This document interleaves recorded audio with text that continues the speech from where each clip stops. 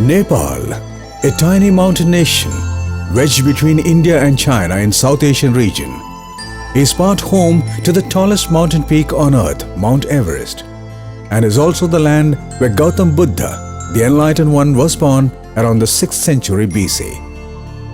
Although it has a history dating back to more than 2,500 years, it attained much of its glory and prominence only after the Malla king Ananda established his kingdom in the Kathmandu Valley during the early 12th century.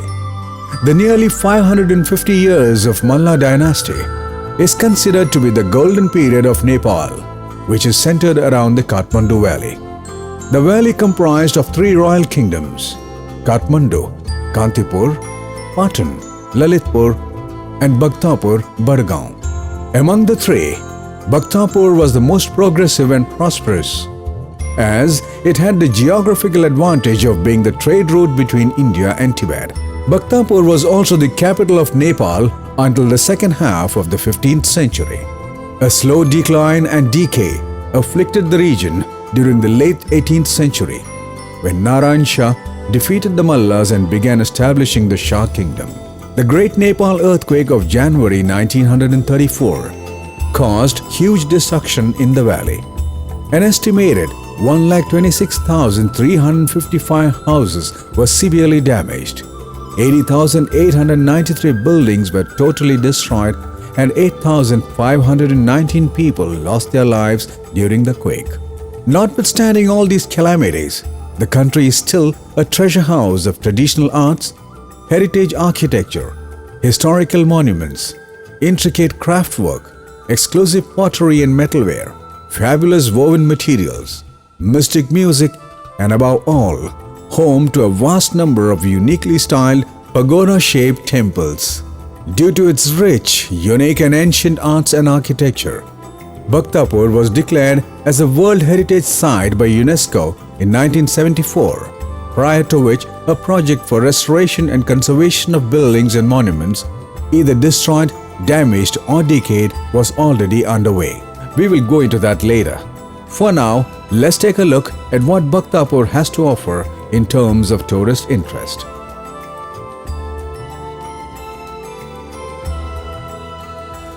This little girl is proclaimed as the living goddess.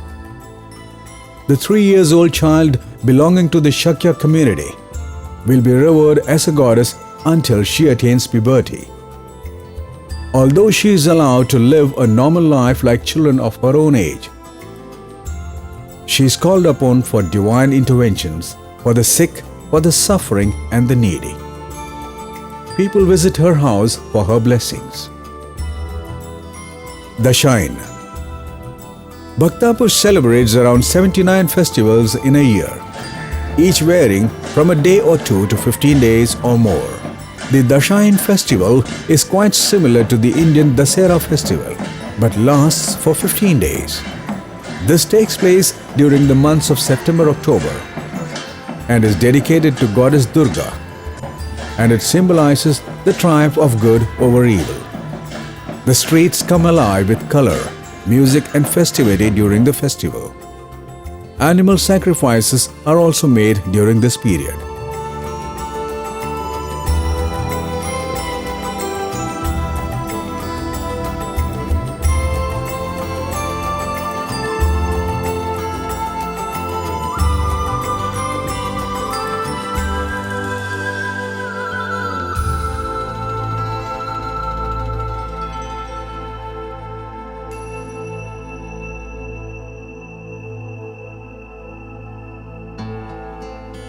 The Darbar Square, constructed during the Malla reign by King Bhupatendra Malla, is a large concentration of pagoda and shikara-style temples around the 55 Windows Palace, made of bricks and woodwork.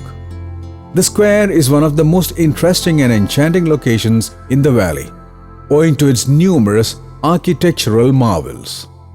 The Lion Gate, constructed during the 1690s, is kept guard by 2 giant lions, and alongside are fierce versions of Lord Shiva, Bhairav, and that of his consort Ugrachandi. Peacock Window. The Peacock Window is part of a mud building. These windows were carved during the reign of King Vishwamalla around the 1750s. The mutt and the monastery is full of such intricately designed windows.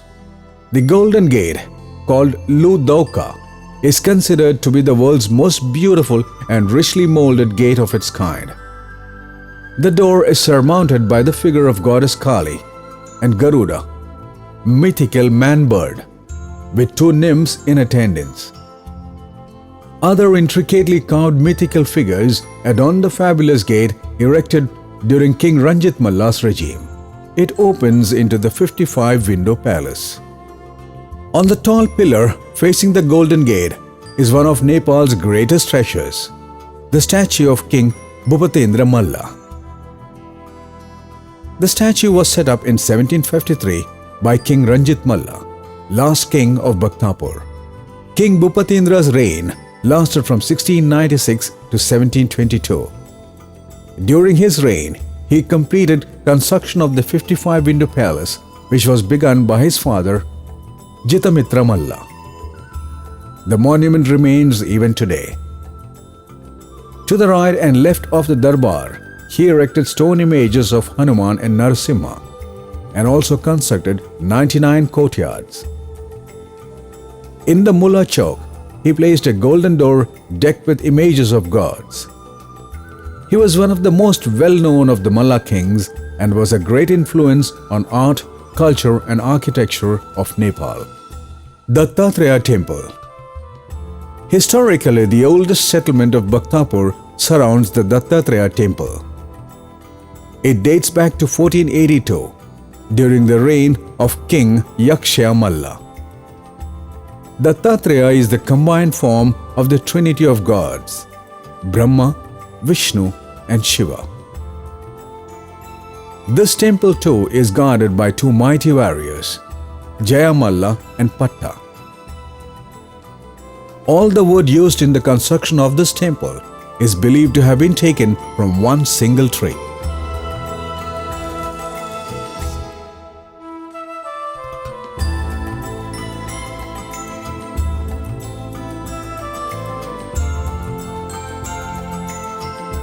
Nyatopol Temple. This 5-storied pagoda-style temple was built by King Bhupatendra Malla in 1702.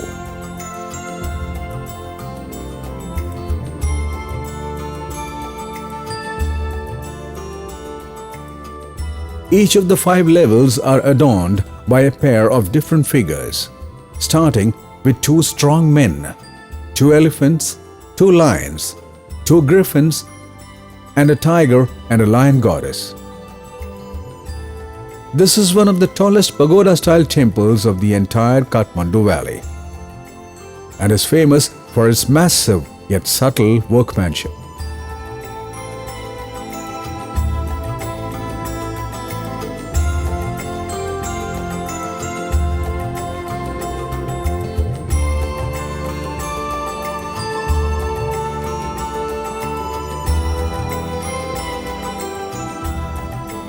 Nag Pokhari.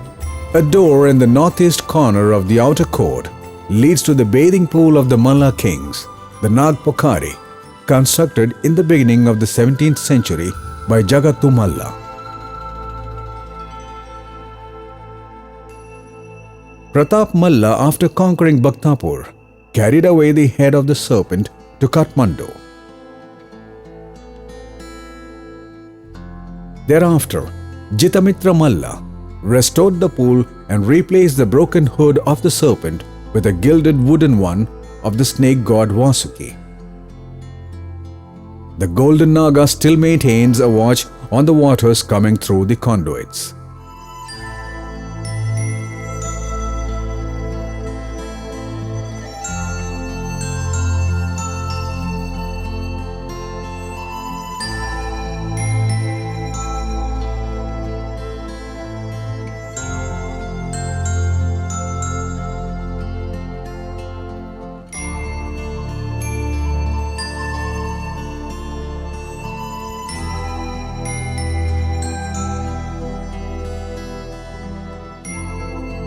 After the successful completion of the first restoration work on the Pujari Mutt in 1972.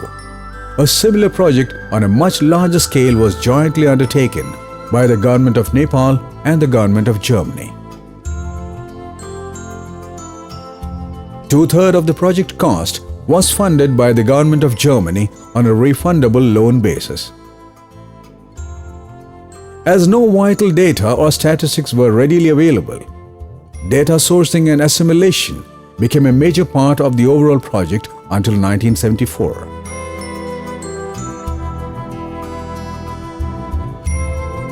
Eventually, this helped to draw up a detailed plan and strategy for implementation of the project, taking into consideration the physical, social, economical, educational and institutional aspects arising due to the project.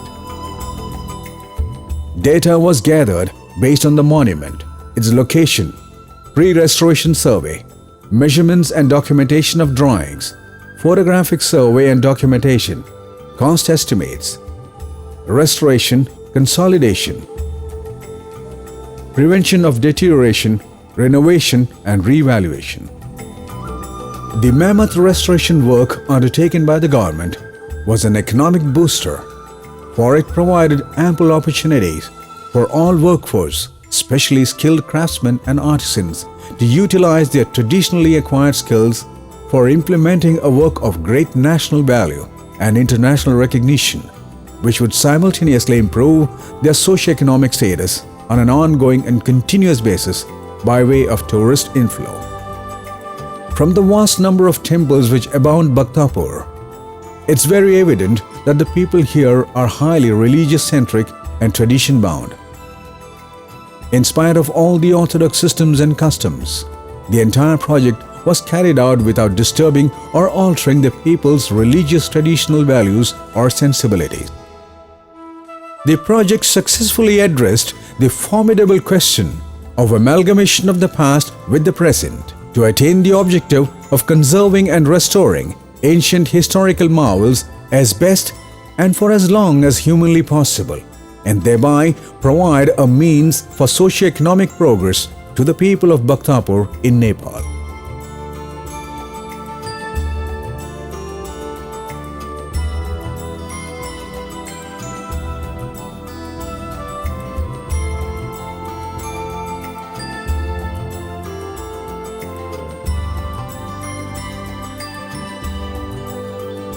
Now, on a different and a more serious note, shouldn't we, the oldest civilization on earth, India in general and Kerala, our state in particular, take a page or two out of their books and apply it to ourselves in a manner befitting our incredibly vast and varied ancient culture, tradition, and the legacy bequeathed upon us? What is it which exactly prevents us from utilizing the vast resources of skills and materials at our disposal to bring about a much wanted turnaround and revival to our slowly decaying and dying arts? What is it that prevents us from opening up an avenue which could usher in a progressive and economically rewarding environment to thousands of skilled and yet job-deprived artisans? It's resurrection time. Let us begin now.